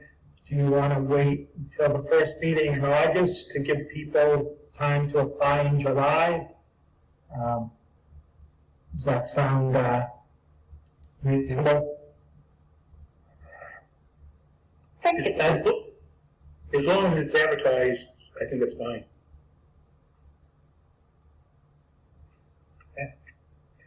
So, if the board's satisfied with that, I can reach out to the Water and Sewer Commission now, because there'll have to be a joint meeting, and see if they could attend the first meeting in August for interviews and appointment. I think that would make sense. Would it be possible to have Lucia put something up on the town clerk's page seeking applications for this position? I believe Lucia's on. Are you okay with that, Lucia? I'll talk to her on how to do that. Okay. How about the sign out front of the town hall? We put a message up that, Sure. you know, candidates for Water Sewer Commissioner. Same on the school board? Okay. Anywhere where we can do it for free? There you go. Excellent. Thank you, Mike. Anything else? Yeah, just wanted to let people know, starting today, the Norton Senior Center is giving out grab-and-go lunches Tuesdays and Thursdays, and for seniors, and they will have to call in advance to register. So any seniors that are interested, contact Norton Senior Center for that. If there are individuals that have mobility issues, are they able to request a delivery of any kinds, or is it pickup only? I think are they delivering, do you know, Estelle? You're on mute. I do not know. Okay. I don't know. I'm sure that they would accommodate if there was a need. Well, they're still delivering for the lunches being provided at the school, right? Didn't Matt indicate that last time? Yes, they are. So there might just need to be some coordination, maybe back with them. Okay. And I'm willing to do the delivery. I'll get in charge with the senior center director and see if she needs somebody personally to do it. So, thank you, Jim. Appreciate you volunteering.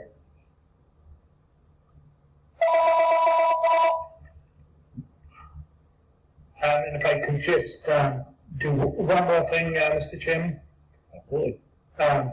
So next week, on East Main Street, the Blue Star project, they're going to be working, doing the last segment of sewer going up to the highway.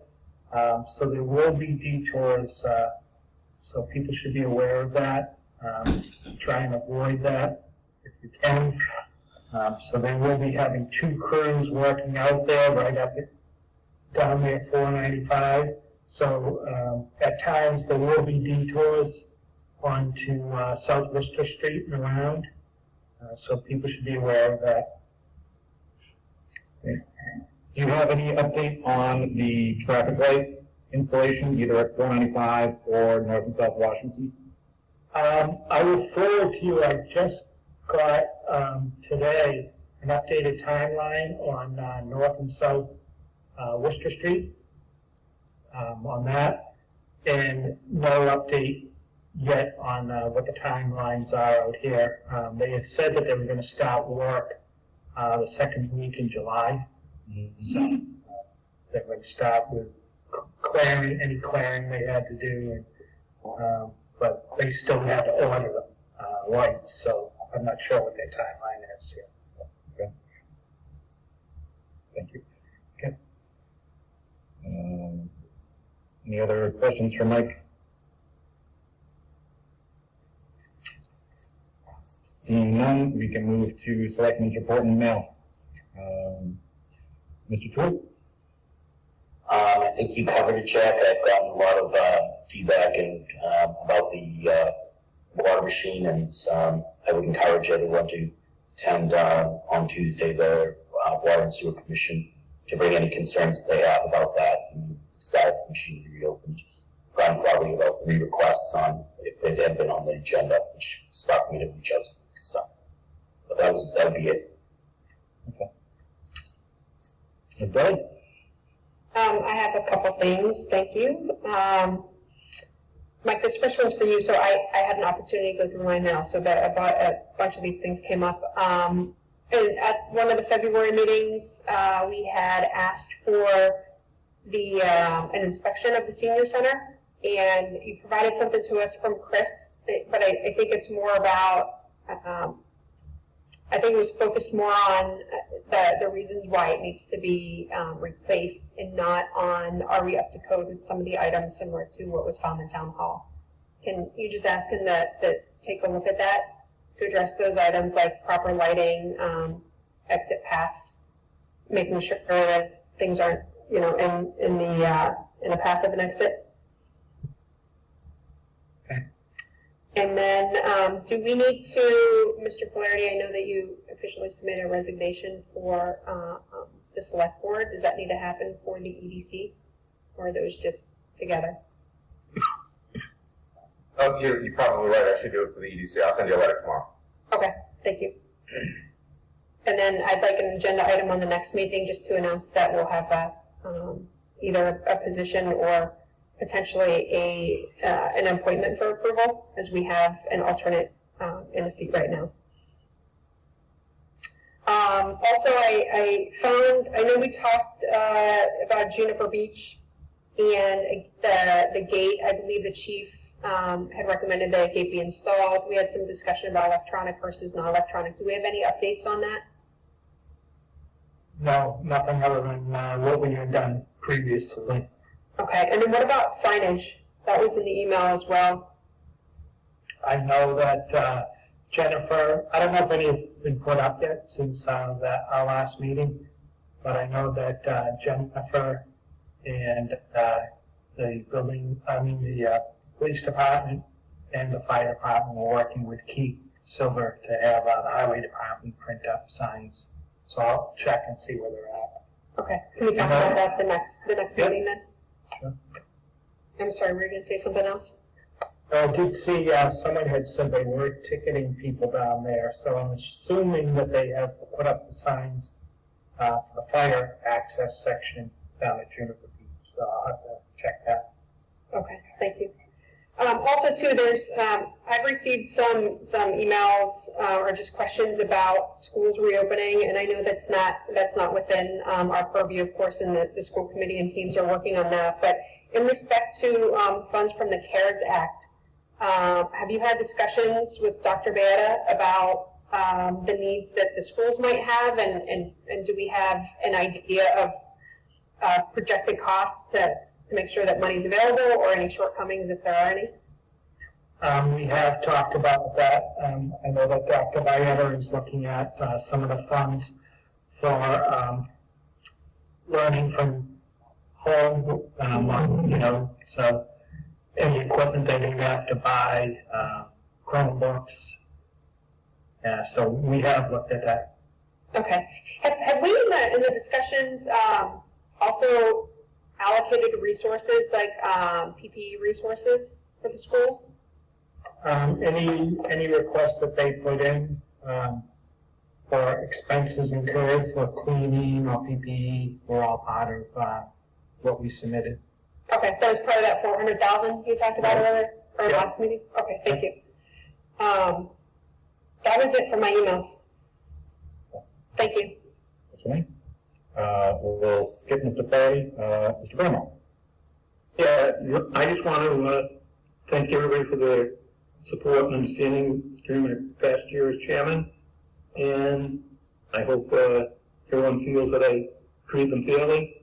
That's basically what my main goal was as chairman. So I want to thank you all for the support, and I'm glad that you're doing it now. I'm very fortunate that I got to learn from you over the past year plus. So thank you for setting a great example, and I'll be leaning on you quite a bit, I'm sure, moving forward. You know my phone number. Excellent. I have two things, and then we'll let Mr. Flaherty close us out.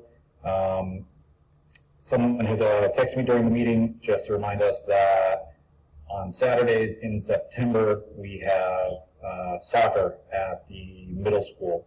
So we need to make sure that the election activities are well coordinated with the Norton Youth Soccer Association.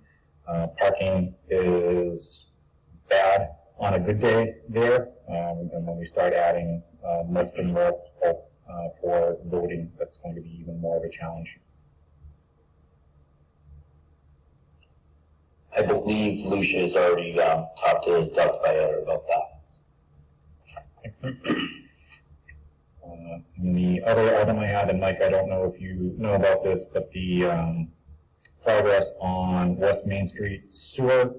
There was, somebody had emailed me, there was talk that they were going to work in two directions, and it seems that they've stopped further up West Main Street. And do you have an update on how that is working right now? I know that they have started working, moved away from the area they were working where the rock was. They have started working up by 120 West Main and heading back, but I don't have any update from them. Thank you. That is it for me. Mr. Flaherty. Thank you, Mr. Chairman. I didn't think I'd have to make these comments so soon into my tenure with the Board of Selectmen. So it's very bittersweet for me. But just wanted to extend my sincere appreciation. The members of this board have been tremendous to serve with, and Mike, for this whole meeting, thoroughly fulfilled my political career. So thank you. But you guys have been great to serve with over the past year and Brad for several years. I also wanted to thank Mary Steele, Bob Kimball, and Bob Salvo, who were not only great people to serve with, but also served as tremendous mentors to me, as did Tom DeLuca and Paul Hemrick on Finance Committee. And I just want to convey how fortunate we are as a town, such a small town where we're so lucky to have so many talented department heads and dedicated employees. Specifically Estelle Collette, we see what she's recognized for today, and Lucia Longhurst, the two chiefs, Simmons and Brian Clark, who I've been with Brian for as long as I've been in the town, so pulling us through this tremendous time with the COVID, and Chris Zaner and as well, Dr. Byetta. We were very fortunate, so I am very sorry to leave this town. I think it's a great place to raise a family. We've had a tremendous 15 years here, and we'll miss it very much, but continue to come in and visit. And I may keep showing up on these Zooms just to see what it's like on the other side. So, and I don't believe you. I almost forgot to mention that the greatest part is serving with the honorary mayor of Norton, Peter Wiggins. So. Yeah. No, but and Michelle Brown too, who I know is convalescing right now after a little accident at home, and who's been such taking care with us with the minutes, and we are all a little bit long-winded. So I'm sure she'll be making a claim for carpal tunnel very short. But just wanted to thank everybody. It's been an absolute pleasure and a privilege for me to serve the town of Norton, and I love the work. I love the town, and it's very difficult difficult for me to move on. So, but that's all I have. Well, Mike, on behalf of the board, thank you very much for your service and dedication, both on FinCom and to the Board of Selectmen and now Select Board. We will miss your presence and wish you all the best in whatever Mansfield brings for you. I look forward to seeing your name on a few lawns next year, maybe. I'm going to have to color the purple green, but yeah, enough. Thank you, Mike. Thank you, Mike. Thank you. Chairman? Yes, Ms. Sella. Chairman, thank you. I just want to send my appreciation to Mike and for all the years that we've served together. Mike, you know, you left this town in a better place from all the boards that you served over the past many years, and it's been a pleasure to work with you. So good luck in your future, whatever you decide to do on the night call, or enjoy it. Thank you so much. Thanks, Bob. And actually, Mr. Chairman, if I could, I think I neglected to mention that town manager Units, who has been tremendous to work with over the last, I think, what is it, 9 or 10 years now, Mike? Since 2011, so 9. 9 years, yeah. So it's been great, and you know, he's an endless resource of knowledge on municipal government, and has a good perspective on things. So, thank you, Mike. I will open it up to the public if anyone else wants to stroke Mr. Flaherty's ego before he. No, I'm good. Thank you. All right. Thank you, Mike. Moving on to warrants and minutes. Mr. Berman. Yes. I'd like to report to the board that I authorized payroll warrant PR 20-27 for the week ended June 27, 2020. Warrant dated June 29th, 2020, in the amount of $621,329.74. Payroll warrant PR 21-01 for the week ended June 30th, 2020. Warrant dated July 2nd, 2020, in the amount of $126,014. Invoice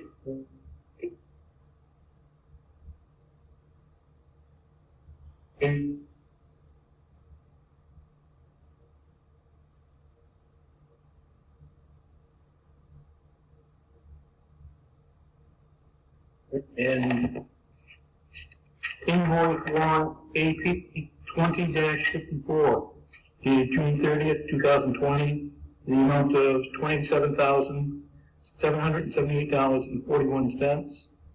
Invoice warrant 21-01 dated July 2nd, 2020, in the amount of $318,869.55.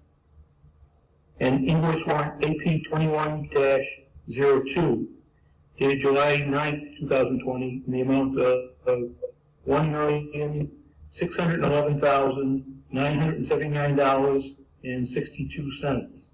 And on that last warrant, about 1.2 million of that was, I believe it was around $400,000 was payments on long-term debts, both principal and interest, and approximately $800,000 was for health insurance for employees. So that was the driving force for that large warrant.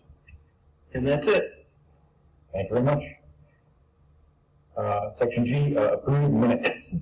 So, I know the goal is to try to clear this backlog as much as possible before Mr. Flaherty leaves. I know I've gone through quite a few. I know Renee has been as well. If we can go one by one and see if we're ready to approve. October 17. But I will say if we will assume that we can approve, so if you feel otherwise, please speak up. Jack, hold on 1 second. I believe that one came back to us.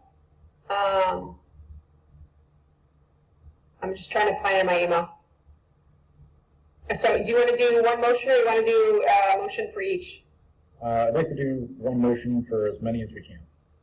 Okay, so 1017 is gonna be in that, motion? February 27th, joint meeting. Trying to find if the revisions came back. I know, Jen, you indicated you might not have gotten to those, but I do see them. So 227 is in there? March 5th. No. Okay. March 16th. No. April 16th. I gotta find, I don't have that one on my list. I have April 30th. I believe I reviewed the 16th and had no comments on that. I don't think, I also had no problem with the 16th. did you send me that one, Jack? I believe I did. I may have mentioned that there was no issues with that one. Yeah, I don't have that one in my notes, but if you guys both read them, I have no problems putting those on. April 30th. That is a yes. Yeah. May 14th. I read it and had no problem. Same here, minor. I got minor edits. Hold on one second. Let me just look at my email. And while I'm looking at my email, Jen, I want to thank you. I know that you got a lot of these today, so thank you for your urgency and trying to get the updates for the revisions. I appreciate it. You're welcome. I think I got through all the ones you guys emailed me today. I think. Was 514 one of them? I don't believe it was on the list that you guys went back and forth with today. I think the next one would be May 20th, the 2 sets. Yeah, Jack, can we look at May 14th for the next meeting? Because I don't see it in any of my notes from you or otherwise. Yeah, I don't recall that one offhand. May 20th, open session. I was fine with those, both open and exec. Did the exec session come back, Jen? I haven't been in my email much this afternoon. Yes, it did. Okay. 5:20 exec. May 28th. I have that one as yes, it came back. Okay. June 4th. Yes. June 11th, open session. I think we ended with June 4th. That's where I drew the line last night as well. Okay, so Chair would entertain a motion to approve the following minutes: October 17, 2019, February 27, 2020, April 16, 2020, April 30th, 2020, May 20th, open session 2020, May 20th, executive session 2020, May 28th, and June 4th, 2020. Who moved? Second. We have a motion and a second. We'll go to the vote. Michael? Jack, if I may, just one comment. May 20th, executive session, while we can approve it, I don't believe that one can be posted. That's a great point. So let's hold back on posting that one. All right. Motion and a second with that amendment. Michael? Abstain. Okay. Renee? Yes. Mike? Yes. Brad? Yes. I also vote yes. Thank you guys. We knocked off a good chunk there. And Jen, to reiterate Renee's comments, thank you very much. You got to experience just how much of a night owl Renee and I can be sometimes. Although I can't keep pace with Renee. You're welcome, and thanks for reviewing them. Any other business to come before the board? Seeing none, we have the next meeting set for July 23rd, 2020. And we do, Mike, do we still need to do executive session tonight? Yes. Okay, let me pull up that language here. My 87 windows is that in?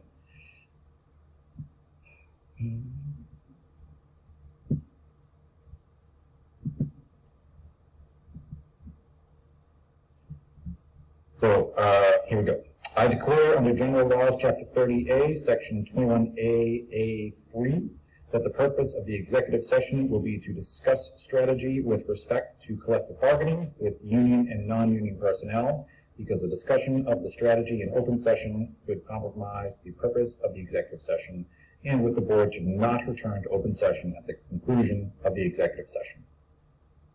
Mr. Chairman, Yes, sir. I move that the board go into an executive session under General Law, Chapter 30A, Section 21, subsection A3, for the purposes and reasons declared by the chairman, and with the board not to return to open session thereafter. Second. We have a motion and a second. We go to the roll call. Michael? Yes. Renee? Yes. Mike? Yes. Brad? Yes. I also vote yes. So we will reconvene in the other Zoom. Thank you to members of the public that tuned in, and members of the town to support us. Thank you very much. Do we have to adjourn this officially? Yes. Okay. No, I don't think we do. Do we? Yeah, it's a separate meeting. All right, so Chair will entertain a motion to adjourn. So moved. Oh, second. All right, motion and a second. Michael? Yes. Renee? Yes. Brad? Yes. Mike, the last time. No. Okay, Mary. I vote yes. The meeting is adjourned. Thank you very much, everybody, and we'll see you on the other side. Thank you. On the flip side.